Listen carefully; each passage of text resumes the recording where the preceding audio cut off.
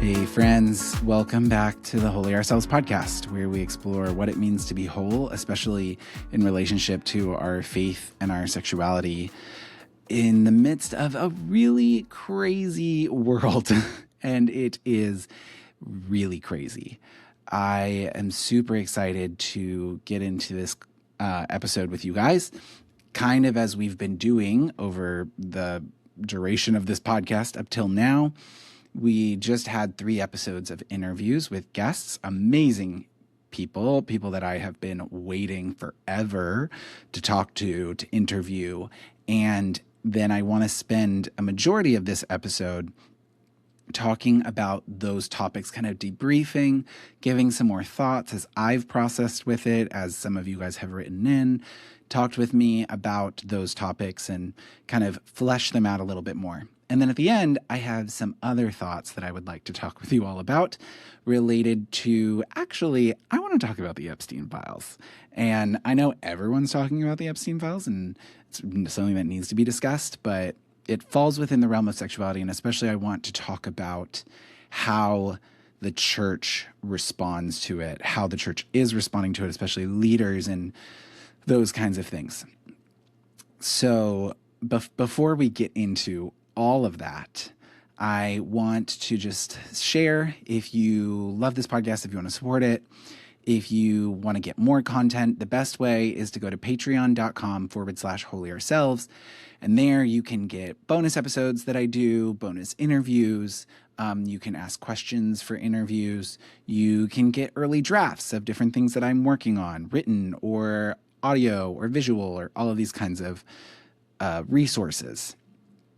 And this month, I've released a bonus episode that kind of follows up this one and gives a more unpolished thoughts. As I've shared with you guys before, my kind of general idea of the difference between my solo episodes here on the main podcast versus the Patreon podcast is, for as much as I am a kind of organized thought person, I want to put those here. And then on the bonus episodes on Patreon, you get a little bit more of my thoughts as I flesh them out. I am a verbal processor, so I want to invite the patrons into that process with me.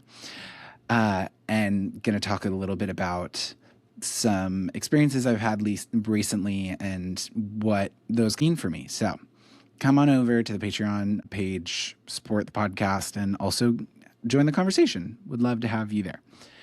For today, discussing the episodes that have happened, the last 3 episodes, we had Dr. Mark Yarhouse on, who was talking about his and Dr. Julie Sadusky's new book on emerging sexual identities, really discussing these the new ways that sexual identity is being understood and talked about and received by Gen Z individuals. Then after that, got to talk with Karen Keene, who was a co-editor on the book Christ-like Acceptance Across Deep Differences, where they had both affirming and traditional believing individuals, most actually LGBT, on both sides of the conversation about how do we find common ground? How do we get along? How do we engage with each other in the midst of our disagreement on a really core piece such as sexuality?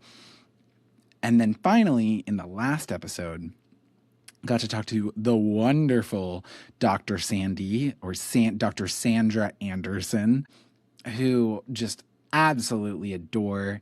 And we talked about epigenetics and generational trauma and the ways that those play out in our lives. And man, each of these conversations could have been 4 times longer than they were.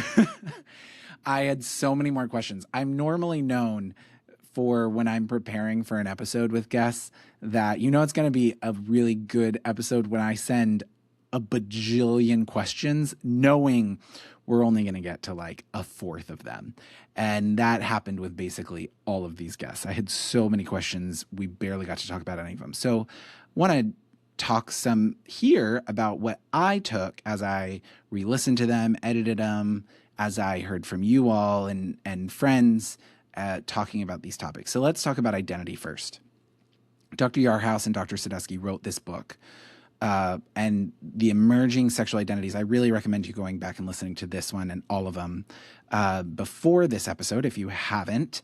But just as a short summary, short reminder, emerging sexual identities is a reference to this kind of understanding of you have previous, I'm trying to remember, residual sexual identities, which is kind of terminology that was once dominant but is no longer used. So homosexual is occurrence of a residual sexual identity. Then dominant sexual identity is the language that we common use today because it is dominant. This would include gay, straight, bisexual, these sexual orientation-based sexual identities. What Dr. Sadowski and Dr. Mark Yarhouse cover in their book is this new wave of identity of how that's being used by young people today. The word they used was micro-minoritized identity. And these are identities where even gender identity and sexual identity, which would have often been understood very, very separate before. I would say in my generation, it's been very separate. You know, identifying as trans or non-binary, you could be that and a sexual minority, but at the same time, they were two separate concepts. And within merging sexual identity, one of the unique factors is there's a lot of kind of mixing of these within identity together. So we also get into asexuality, a lot of non-binary language. That's more related to emerging gender identities, which is another one of their books. So this was our discussion. Probably a longer summary than what I was meaning to give. But there you go. And I think one of the reasons why I was so glad to have Mark Yarhouse on, I mean, first of all, I've been wanting to interview him forever. It's been a dream of mine. And I was really looking forward to it because identity is something I've been thinking about a lot. As I've said before, I think either in his episode or in the season premiere, I have been contemplating how conservatives recently have been using the social construct origins of sexual identity as an argument for why we shouldn't use it. Ultimately, if it's constructed socially, then it can be unconstructed, and therefore it's not real, and it needs to be removed. That's part of the argument. That is a facet of it. I'm not going to say it's the totality of it. But what I really think that kind of thinking misunderstands is that just because something was socially constructed doesn't mean we can simply choose it or not choose it. There definitely is we do have some choice in some of these understandings. In the book, Mark Yarhouse and Dr. Mark Yarhouse and Dr. Julia Sadowski use the hacking loop effect. So it's this understanding that ultimately you have all of these factors that play in culturally. I'm not even going to try to name them all. Buy the book if you want to get the details. They say it a lot better than me. But the reality is you have a lot of cultural influences, these pieces that form and shape the world that we are born into. And part of that is ourselves, in this case, our sexual attractions, which attractions to the opposite sex, to the same sex, have existed in our world long before sexual identity, as we understand it today, came onto the scene in the last few hundred years. So we have these attractions which have been understood, which have existed beyond this identity. And then with that, you bring in the cultural kind of evolution that occurs that we become born into. And therefore, we live and we swim in this ocean. And there is a way that we do choose, that we do come to self-understand and to self-reflect, but we don't do it in a vacuum. And I think that's the really important part. We're not creating sexualities. We're not creating sexual orientations, but we are shaped in how we understand those realities. And I would say often conservatives would say that because they're not saying you don't have same-sex attractions. They're just saying it's not your identity. Okay, cool. We can maybe agree that it's, I don't know, not agree on that, but we can agree that the attractions is not something people are making up. Hopefully, I would think we can agree on this. The discussion is the place that it should have in your life and how you should relate to it. But the reality is, we don't just simply choose our identities. We are brought into an ocean. We are brought into a current. And can you swim against the current? Sure, you can. But there are going to be strong influences, and the reality of how we swim. The example I gave in the first episode of the season was money. I mean, Jesus himself says, love of money is the root of all evil. Money is here. Money is a social construct. We live and we operate within money economic structures. You cannot agree with capitalism. We live in a capitalistic society. It's going to impact your life, whether you like it or not. Sexual identity is going to impact your life, whether you like it or not.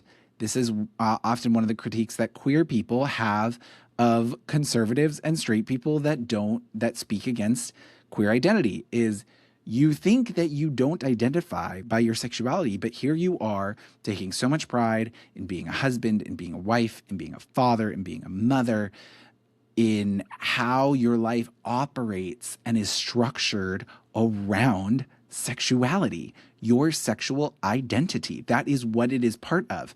And so why this has been so important to me is it's felt like we've had these extreme understandings where, oh, sexual identity is a social construct, we just need to erase it.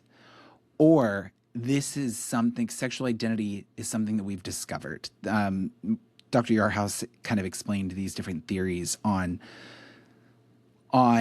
identity or just how we know things. Or do we just simply discover truths? Or are they just waiting to be discovered? Or are they constructed? Is identity something that we construct? And the idea is something that it's a little bit of both in some ways. That we build these identities on realities that existed beforehand. We build sexual identity on the reality that we have sexual orientations, we have sexual attractions. And what I think is super interesting about the reality of the emerging sexual identities that they talked about is that whereas dominant identities now, gay, straight, bisexual, even take some of the residual identities of homosexual, heterosexual, these identities were not simply something you chose. They were realities that you discovered in many ways, like what we were talking about, because as you discover your attractions, you are trying to make meaning out of them. And then you learn about these identities that have developed in culture and figuring out how you relate to these identities. And that is in some ways true with emerging sexual identities, but there is often a much more individualized journey related to what they mean and how they relate to your reality. And I think that's fascinating because ultimately our identities, this is like where I'm kind of going with this, our identities are communal. As much as they feel individualistic, our identities have communal significance. The fact that I am white is not just a reality of me here sitting in my office. It impacts how I engage in my culture, in my city, in my world, related to how others perceive that identity, what that identity means for my culture. It is not just my identity. It is the communal understanding. It is a communal kind of reality, I guess, for lack of better terms, that I am engaging in based on my circumstances, based on the color of my skin and the meaning that is made of that. So when you come into sexual identity, the reality is, even in, and this is just something I'm processing, so a little bit of this, we're kind of getting into Patreon, kind of like me processing it with you. The reality I think is fascinating is even as much as micro minoritized identities, and again, what often are enveloped in this is kind of the intersection of ACE language, often more fluid gender identities, and where these kind of intersect along with other sexualities, a much more broader than just gay or straight or bi. Even in these micro minoritized identities that feel very personalized, that feel more about my truth, my reality, and I understand that, and it's the journey that we go on. I think it's recognizing that we cannot escape the fact that when I am trying to understand my reality, I'm doing it in contrast or in comparison to others. I am understanding myself in relationship to other people. And this just always comes back for me to the reality of the importance of communal identity, that as much as our culture is built on individualization, individual identity, it is hard to escape the reality that we are communal creatures. And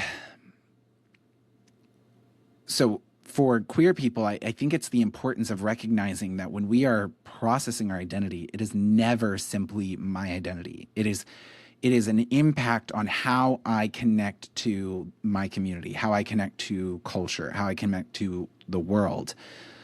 For conservatives, I wish there could be a better understanding that a person's sexual identity is not a threat to you. Them exploring, them exploring their identity, them trying to go on this journey of understanding something about them, understanding their attractions, their sense of gender, and how it relates to the community is not a threat to you. Not even just conservative Christians, all of us, when we encounter identities, especially sexual and gender identities, that we don't understand, we initially engage with suspicion. And I'm saying that this is something I do. This is something I see queer people do. When you have a person who says, "Oh, I identify as blank," and it is a word or an identity that you don't have a lot of experience with, it is very common to feel discomfort because it's new territory. It's someone fitting outside of the box of your understanding. Often I find this with queer people that have not had much understanding or experience with ace individuals, that often asexuality disrupts our understanding of sex and its place within the human experience. And what does that mean when you have individuals who have a different relationship with sex, different relationship with sex, different relationship with sexual attraction, sexual desire than you do? And so I don't think that discomfort in its origin is, hear me out completely, I don't think that discomfort in its origin is that much different than the discomfort and suspicion that comes from the phrase that conservatives say of you shouldn't identify as gay because your identity is in Christ. Now, hear me out on this. I'm not saying we're judging people, that queer people are judging people, but I'm saying is that we feel that discomfort. The question then becomes if we go to defensiveness or we go to curiosity. The question becomes, do I allow that discomfort to shut down this conversation and either tell the person how they should respond or say, oh, well, that doesn't seem real, or lead in that way? Or do I open up with curiosity to understand more? Because the reality is the phrase, you shouldn't identify as gay because your identity is in Christ kind of language, of conservatives is an engagement with the discomfort that we feel when we don't understand something, and then putting up the wall saying that you are outside of the box and that's wrong. And I'm not saying that there isn't a box. I'm not saying that there aren't morals. I'm not saying that there aren't guiding understandings of it. But the reality is, identity is not something we turn on or we turn off. It is a journey. It is a journey to figure out. It's one of the reasons why when people initially come out to me, I don't always assume that the language they're using is going to be the language that they are using in 10 years, or that even if they are using the same language, that their relationship to that language will be the same. I also talked about this in the first episode of the season. But I also never believe that me telling someone, hey, this is how you should identify, is actually ever going to work. I don't care the relationship I have with the person. I don't care if they are someone in my chosen family. Me saying, hey, you shouldn't identify that way, never is going to work at changing their minds, ever. And I can yell at them. I can say you're wrong. And I think we can all actually agree that sexuality is not all of our lives, but it is still a part of our lives. It can't be erased. And so I would really hope that the church could come to a place where we allow for there to be a journey, not only in the diversity of experiences across the sexual spectrum, but also even in those moments when we hear from someone and their relationship to sexuality and we go, I don't know how much I agree with that, or I don't know if I think that's the healthiest spot, that we can take a step back, not put up the walls, start with curiosity of asking questions to understand more, and have the humility to understand that we don't actually have the power to change this person's mind by simply saying what they should do. We don't. I really wish more Christians had that humility, because gosh, we think we know the best for everyone in the world without even any ounce of humility in this journey. And that takes me to my second conversation point, the second episode, which is on acceptance. And this is one that I have had a long journey with, of how do I have love and acceptance? Yes, just in general with someone who disagrees with me, but especially when you get into these really personal, really deep pieces like sexual ethics, like morality on marriage, because I often find myself in this tension point where, yes, I personally believe that marriage is reserved for a man and a woman, and that, sex is reserved for that. It is the reason I live, pursue my life as I do. And at the same time, I'm very openly gay, and a lot of people don't like that. So I'll often have these experiences where I am having strong disagreements with someone who thinks that I'm wrong for using gay language to describe my experience. And then I also will have strong disagreement with people on sexual ethics. The irony part is that I often have an easier time with disagreements on the sexual ethics side and on the theology side with affirming people than I do with more conservatives. And I could go into a lot of different reasons. Well, I mean, I've processed often the reasons of why I think that is. I think there's a reality that it's hard. This has been something I've been processing. It's hard for me to be in relationships sometimes, especially when it's a person who's kind of really, it's not even about the beliefs, it's more about the posture and the way they hold themselves, of a conservative person who's coming at me for my identity, because it feels like, am I giving up my dignity by just saying this is not a problem? I used to always struggle in relationship with affirming people, if I was being that to them? Am I being the person who's denying dignity by my beliefs? It's been a beautiful journey of the people in my life across the spectrum of people more conservative than me, people more, on the affirming side, and being able to understand, I think that the bigger aspect is our posture. Because the biggest thing that stood out to me from my conversation with Karen Keene, I posted it on the social media, was her comment about the need for the spiritual practice of inner resilience. And gosh, do I agree with it.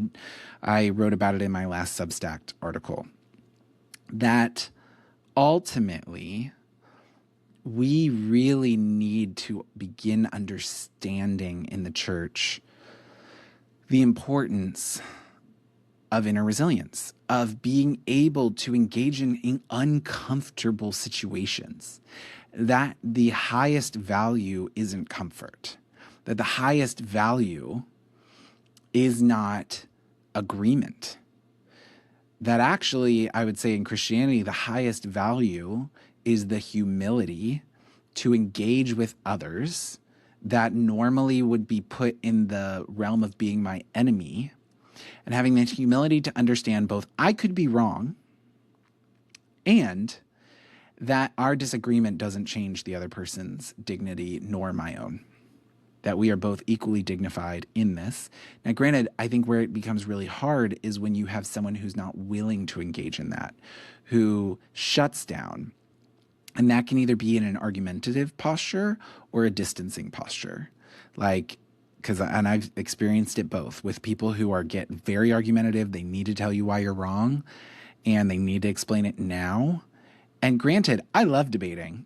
I'm here for debating. Please, let's have a good debate. If you have an issue you disagree with me on, let's sit down and let's talk about it. But there's a difference between a mutually agreed debate in a respectful way and a conversation, and someone saying why you are absolutely wrong and going to hell. These kinds of aspects.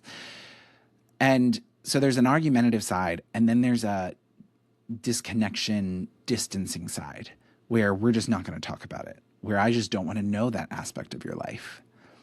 That's also equally hard. That's also, it's more subtle. And not that we have to constantly talk about the areas we disagree in, but I think part of the inner resilience is being able to hear about someone's experience and ask questions and both examine. I can notice my thoughts on the person's experience, the way that they're going about it, while also having the self-reflection to notice why it makes me uncomfortable, both the external circumstances and the internal circumstances. I think these conversations on acceptance are really important. If you've heard Life on Side B, you know that I'm not a fan of the sides language. Not because it's not real, but I don't think it's the best way to communicate. Unless you've been in the conversation, when you simply hear side B or side A or side X or side Y, it's not automatically clear what you're talking about, what these terms mean. But at the same time, we don't really have a lot better language or a better framework to speak in this in. And so in the midst of it not being the best system, it's kind of what we have. But I really am interested to see the way that these conversations that are beautiful, that are happening between affirming and traditional voices, to try and find common ground in a way that doesn't erase the differences. I'm intrigued to see how the way we speak about these conversations changes, because that sides language shouldn't always exist either. And so just as this came along and replaced something else, there probably will be a new framework that comes about And I don't think the answer is always necessarily a third way, understanding where it doesn't matter, because that's always been one of my struggles in these conversations, because it does matter. It does change your life. I think that's why, both those who are celibate or, in opposite sex marriages, because of their beliefs on sexual ethics, as well as those who are affirming, it changes the way we live. It changes our decisions. It impacts the way we operate in the world. And so we can't just erase that. Okay, so for the final one, this last episode, I talked with Dr. Sandra Anderson about generational trauma and epigenetics. And I was trying to think if I've ever heard the term epigenetics before, Dr. Sandra Anderson, and I think I have. Like, it's not, it took me a moment when she said it in the interview to remember what the term meant. But I was really glad. I thought it's so funny, when I talked to Dr. Sandy about coming on, there's so many topics that she can talk about. She's just so wise and so amazing and does so much work in so many different areas. Like, she just shared a fragment of her story about having gone through sex trafficking and working in HIV, and then also doing this trauma work as in mental health. I wasn't sure what all we would talk about. And I was glad we talked about this, because I think also the epigenetics conversation further proves what I was saying about identity, that we don't live in a vacuum. We are tied to the people around us, the people who came before us, whether we like it or not. And in the episode, we touched a little bit on the question of, does this impact the conversation on the born this way, conversation? Are you born queer? Are you made queer? Honestly, who cares either way? Because ultimately, the reality is, we know that this was not chosen. But I think that why it is important to converse about it is that the reality is, take aside the impact on whether this has causational effects on sexual orientation. Our sexualities are impacted by our circumstances, by the ways we were raised, and by the generations that came before us. Our relationship to our sexualities, the people that we date, our relationships to sex, our relationships to others, is impacted by these things. So therefore, yes, our sexuality is impacted by epigenetics. Our sexuality is impacted by generational trauma, by the reality that I loved her. I went into another tangent, but I loved her analogy of the gun, that epigenetics is the gun, and it sits in your closet.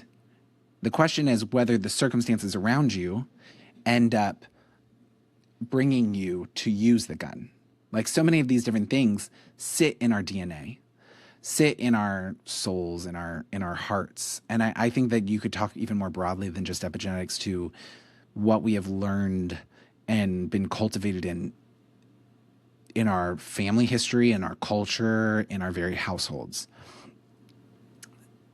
We always see our sexualities in these very binary ways of either I made these choices, I chose to be gay. And again, it's not just about the orientation, but I did this because I chose it, and personal responsibility is important.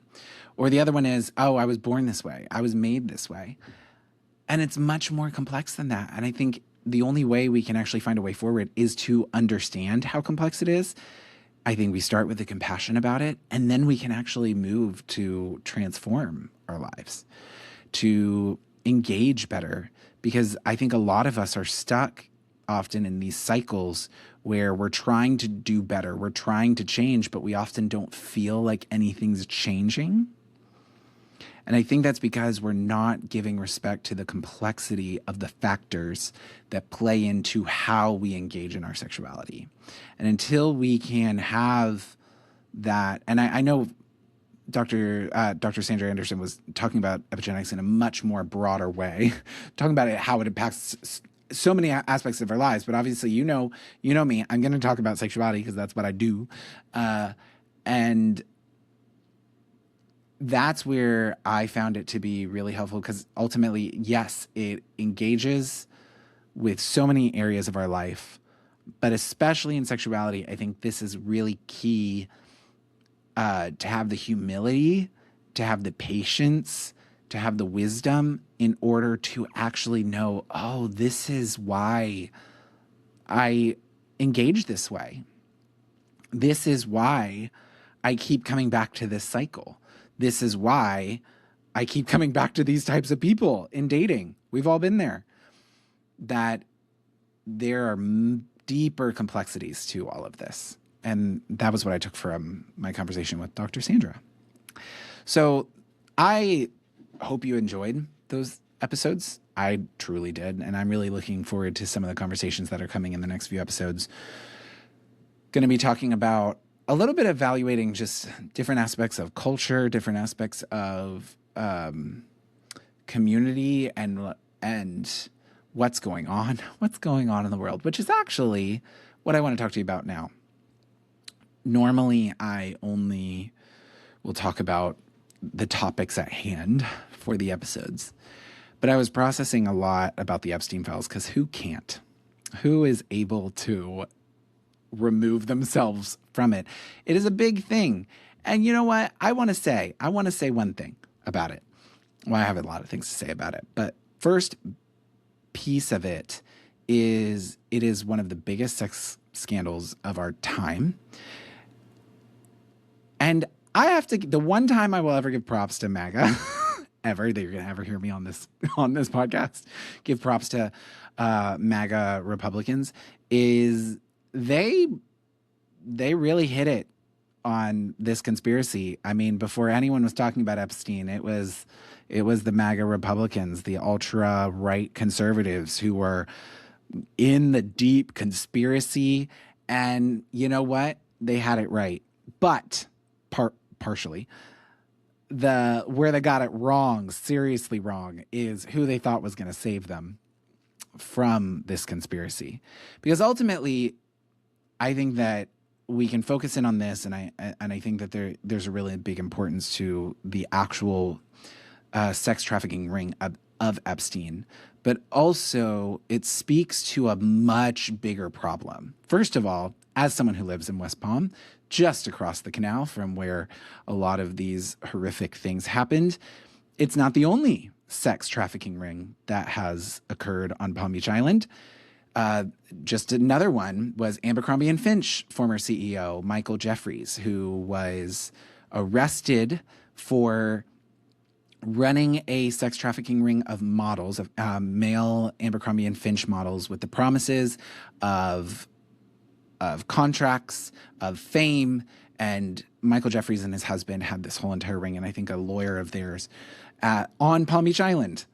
It's very fascinating to live in a city right next door to Palm Beach Island, where there is so much wealth, so much corruption, so much of this deep, dark secrecy and evil, to be honest, that occurs literally in my backyard. And what's fascinating to me, as I said, that I gave props to MAGA because they got the conspiracy right. The fact that they thought Trump was going to fix this. And I don't understand it, because why would you think that Trump would fix this when it's been very clear that regardless of his innocence in this specific ring, he has all of the characteristics of someone involved in sex scandals, because he was held civilly liable for the sexual assault of E. Jean Carroll by a jury. Not to mention all of his comments. He was charged with felonies for covering up his previous affair. There's so many reasons why it's very obvious it does not matter if there is enough evidence to charge him in relationship to the Epstein files. He is one and the same. as these types of men, as Michael Jeffries, as Epstein. Trump is of the same vein.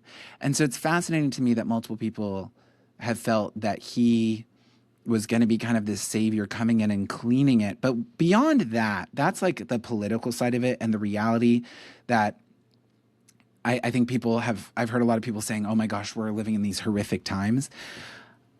I'm not convinced of that, because I ultimately think we have experienced times just as bad as this before, honestly worse. What's happening now is that things are getting exposed, that we're seeing it, that it was they were really good at hiding it. Well, maybe not even really good at hiding it, but they were trying to hide it, or we didn't want to see it. And now it's coming. The Band-Aid is getting ripped off. The veil is breaking apart. And the choice of people is to decide whether to have a really big self-reflection, because it's not just about pointing the finger at other people, but a self-reflection as a society about how we have allowed this to occur, and to be willing to make the really hard decisions in order to fix that. And that's both going to require the justice aspect of it and the like self-reflection of what this whole piece of humanity that is not just one man, that it is something very deep that we have allowed as a society. But what has really bothered me, even in the midst of all of this, is how pastors and churches can continue to support Trump in the midst of these scandals when they see LGBT people as the pinnacles of the sexual collapse of our society. When I saw the video a week or so ago of the pastors in the White House praying for Trump in the midst of the Epstein file scandal, in the midst of a war that we have started in another country, and the fact that even you have pastors that I recognized from West Palm Beach, Todd Mullins from Christ Fellowship, so many other pastors that honestly, I'm like, you'll have these churches that preach nonpartisanship, that talk about mercy, but then this is what is being promoted. That we can erase the complexities of a politician because he gives us power. But when you have a gay kid in the youth group, that's too much. That's unholy. That's ungodly. What are we doing? What are we actually doing? The reality of how up in arms Christians get about drag queens. When I think it was as of November of 2025, maybe even October, I think it was October of 2025, that already nearly 200 Christian leaders had been accused or brought up in charges of sexual abuse within the United States just in 2025 by October of last year. A staggering number, actually. 200 pastors, let me correct myself, 200 pastors that were brought up on sexual abuse charges of children in 2025. That means, I need people to understand what that statistic shows. You are more likely, a child is more likely, and it is sad to me as a Christian. It is sad to me that a child is more likely to get sexually abused by a pastor. Not that I want there to be a higher rate with drag queens. I'm just saying is that a pastor has one of the highest rates of sexual abuse. That is heartbreaking as someone who works in a church. That's the reality. And then we point fingers at queer people. They're the ones who are the pedophiles. They are the ones who are immoral. This is the very definition of what Jesus talked about with the speck and the plank in our eyes. the moral inconsistency and the like selective outrage is horrendous enough, but the downright hypocrisy, because not enough past church leaders speak out about this kind of thing and honestly participate in it with their silence and with their support, that they're, like I said, you'll have so many churches that preach nonpartisanship, but then behind the scenes, they are engaging in partisanship. And not just partisanship, but corruption. Because I promise you, Old Testament prophets at this point would be speaking out so boldly against this government. This is not a partisan thing. It is a reality. I was, when I was preparing for this episode, I came across a article in Christianity Today by Russell Moore. And I thought it was fascinating. He was kind of engaging a little bit about the Epstein files and the church's response to it and the hypocrisy of it, because he was naming 7 steps of misaction and cover-up in churches and institutions. And he was comparing how we see these steps in churches and how the current administration in the United States is doing these very steps right now to cover up a sex scandal. The first step is by saying it's not a problem. It never really happened. You just first try to ignore it. You try to erase it. And then step 2 is to say, well, yes, it's a problem, but the other side's worse. Like, why didn't you say anything when blank happened? Like, we should call out hypocrisy. I'm one of the first people.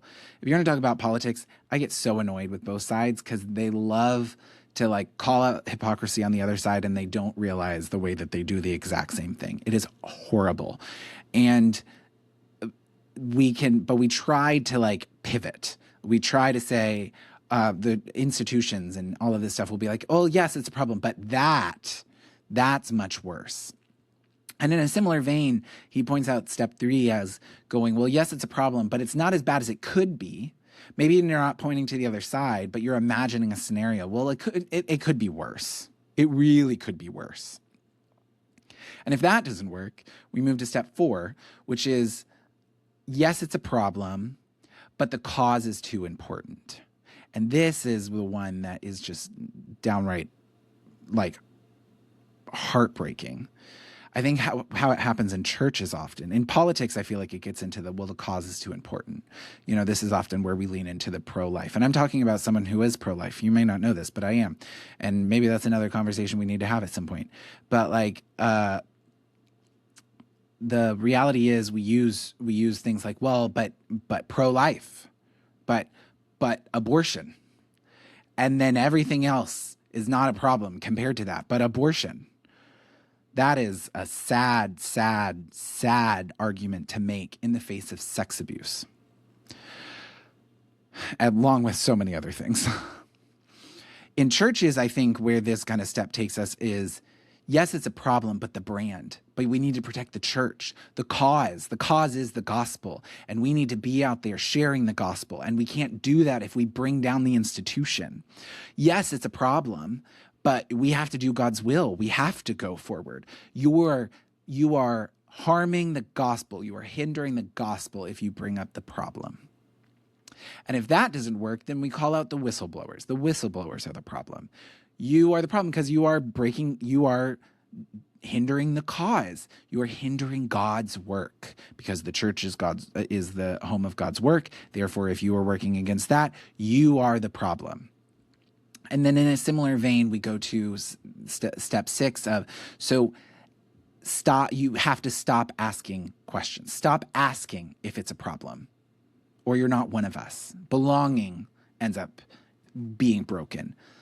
There becomes a divide of identity. Going back to identity, there becomes a divide of identity. If you aren't one of us, if you're going to ask questions, you're not one of us if you're going to call it out as a part of a problem. And then finally, we come back to the step of going, this is not a problem. We go into this cycle and we go into this blame game. And I'm so tired of it. None of it's new. It's exposing and it's affecting people so many people in our world. It is exposing. The world has seen worse, though. And honestly, the same and worse in all of these realities. And I wish I could say, in this work of sexuality, I want people to be healthier, not just individuals. I want churches to be healthier sexually, in our sexual stories. And I've been hopeful, like, since we've been on the politics realm. It's been really cool to see Tallarico in Texas, as he's kind of spoken about faith in a new way. I've been really encouraged by it. I don't always agree with everything he says. He goes on a really good trail where he'll say that the right has made abortion and homosexuality the like tiers of the litmus test of belief of whether you are Christian. And then he'll go on to say, well, ultimately it's two topics that the Bible never talks about. Well, that's not true. We know it. Like these are topics that the Bible talks about. We might disagree on how it talks about them, but the Bible does talk about them. But you are right. But Tallarico is right that these are not litmus tests for the Christian identity in Scripture. Jesus never talks about it that way. It's about how you treat your neighbor. It is about the Sermon on the Mount. Those are the things that become really, really important. So it's been encouraging to watch. And I try not to look to politicians for hope because I think that is a fatal flaw of our world. But it's been encouraging to see someone who's speaking, it feels like speaks about faith in a more holistic way, even in small ways that I don't agree with the way he engages with it, that I wish he would engage it a little bit different, because I feel like he could bring more people into it. But it's been sad as he has gained more traction in the current race to see how many Christians are calling him anti-Christian and an anti-Christ because of his views on abortion and homosexuality. It's sad that, you can call out him as an anti-Christ because of his views on homosexuality and abortion, but not say a word about Trump. None of these people have said anything about Trump's comment in 1992 when Trump joked about a young woman saying, I'm going to date her in 10 years. Can you believe it? Not to mention the Access Hollywood tape and the 2016 campaign that none of us talk about anymore, when he joked about grabbing women by the genitalia. There was no outrage in these things, but a man who we disagree with on topics of homosexuality and abortion in a political situation, we're going to call that person an antichrist. This is the sadness of it. And this leads me to my final piece of what I'll say, is that there's the work of individuals that Christ calls us to inner reflection, I believe. Christ calls us to examine our own hearts, and that we transform the world by our own inner transformation. When it comes to the church, though, I ultimately, I love what Tallarico is saying, but it's talking points.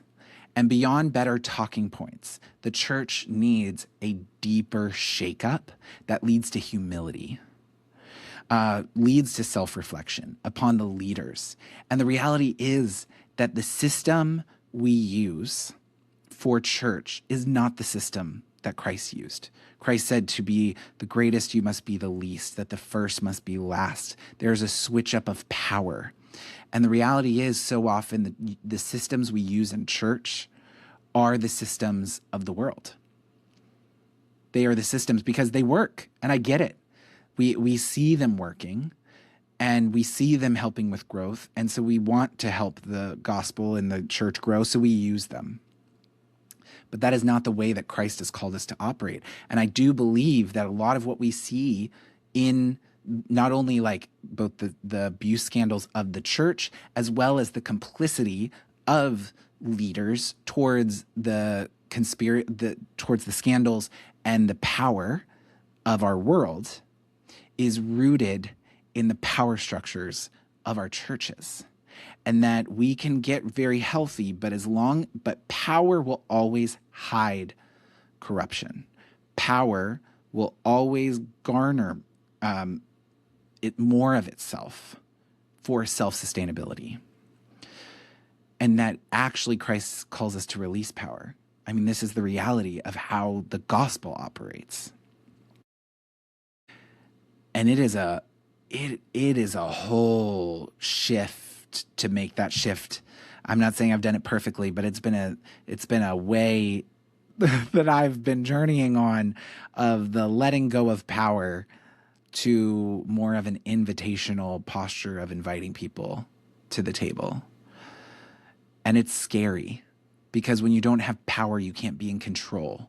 It's the surrender part of giving up the illusion of control.